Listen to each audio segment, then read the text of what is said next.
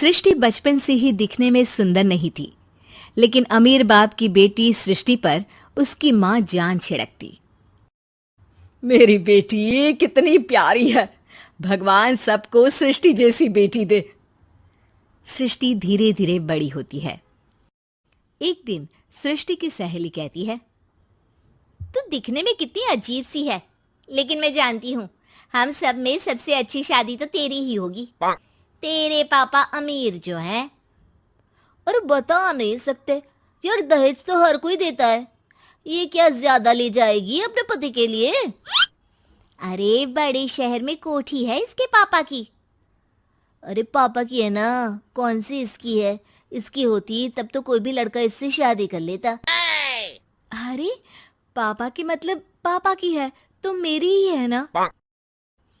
किसने कहा? अब तेरी तो तब होगी ना जब तेरा भाई ना हो।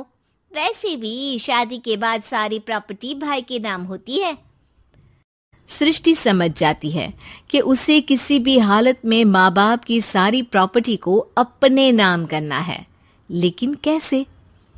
एक दिन सृष्टि का भाई शीनू कहता है, बहन क्या कर रही है? तुझसे एक बात करनी है। अरे हाँ करना, मैं तो तेरी बहन हूँ। बहन मेरी लाइफ में ना एक लड़की है, बहुत अच्छी है। मैं सोच रहा हूँ माँ और पापा से बात करूँ शादी के लिए।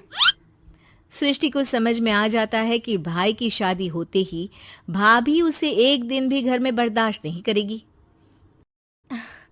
क्या बात है भाई, बताना कौन है वो?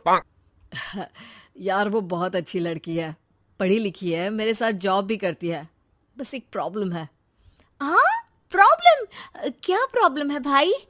यार वो शादीशुदा है, लेकिन उसके पति ने उसे सिर्फ इसलिए छोड़ दिया क्योंकि उसके माँ बाप दहेज नहीं दे पाए। सृष्टि ये सुनकर न जाने क्यों खुश हो जाती है। अरे भाई तो क्या हुआ, लड़की तुझे तो पसंद है ना? शीनू को लगता है कि बहन उसे समझ रही है। वो इस बात से अनजान होता है कि उसकी बहन की मंशा पूरा घर हड़पने की है। सृष्टि अपनी माँ से कहती है, मम्मी मुझे तो बहुत चिंता है। पता है शीनू क्या कर रहा है?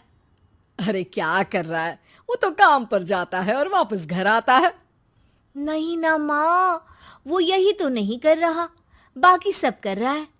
आपको पता है उससे प्यार है, और वो भी एक शादीशुदा लड़की से।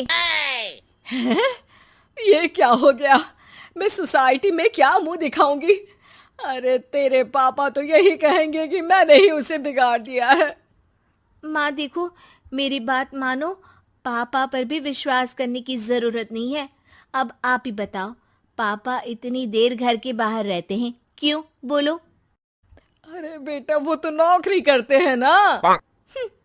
तू बहुत भोली है माँ। पापा का ऑफिस तो 7 बजे खत्म हो जाता है, लेकिन देखो कितनी देर से आते हैं। अरे नहीं बेटा, ऐसी कोई बात नहीं है। सृष्टि माँ को एक औरत से बात करते पिता की फोटो दिखाती है। देखो माँ कैसे हैं पापा।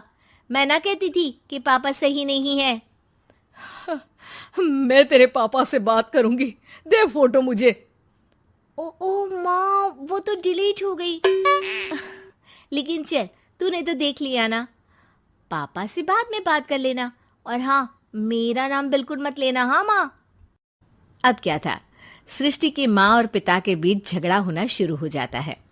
सृष्टि के मन में क्या चल रहा था कोई नहीं जानता था। एक दिन, माँ सृष्टि के लिए एक लड़का देखा है, वो लोग शाम को उसे देखने आने वाले हैं। और हाँ माँ, एक खुशखबरी, मैं और पापा मिलकर एक नया बिजनेस ट्राई कर रहे हैं। शाम को लड़का आता है, सांवले रंग का।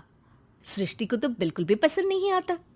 लड़की की माँ कहती है, लड़की का चेहरा तो कोई खास नहीं, लेकिन अगर मेरे बेटे को आप लोग सेटल कर दें तो मैं उसकी शादी आपकी बेटी से करवा दूं। सृष्टि को लड़का बिल्कुल पसंद नहीं था। उसे भाई पर गुस्सा आ जाता है।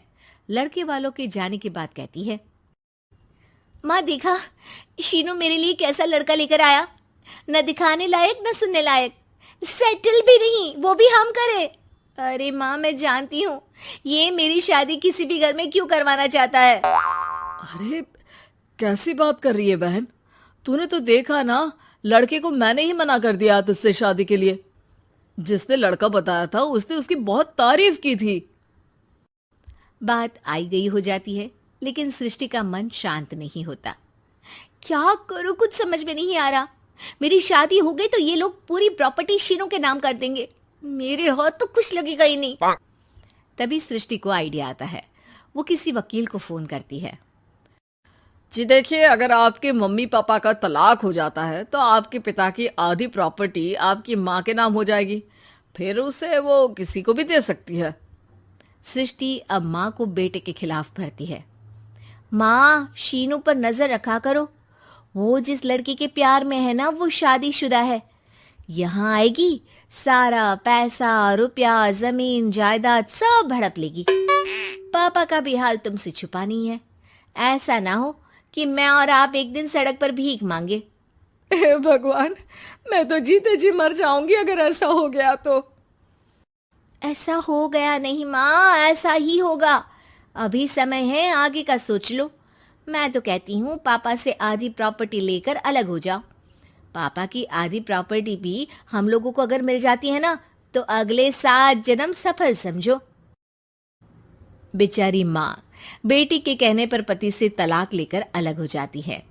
सृष्टि अब पैसों से गाड़ी और अपने दूसरे महंगे शौक पूरे करने लगी। उसके दोस्त भी उसके पैसे इस्तेमाल करते।